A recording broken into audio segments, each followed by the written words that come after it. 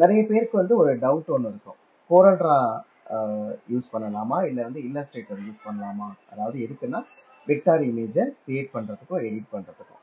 So இது வந்து அவங்கவுங்களுடைய அந்த கன்வீனியன்ட்டை பொறுத்து இருக்கு.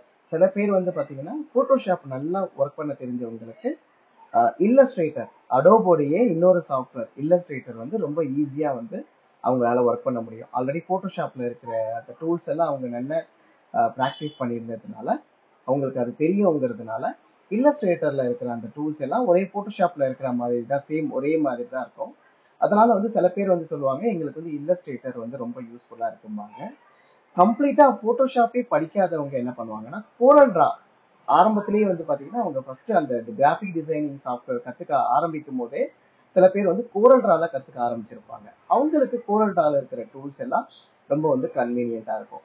ரெண்டு சாஃப்ட்வேருமே வெக்டார் இமேஜை கிரியேட் பண்ணுற சாஃப்ட்வேர் தான், ஒரே பர்பஸ்க்காக யூஸ் பண்ணுறது தான்.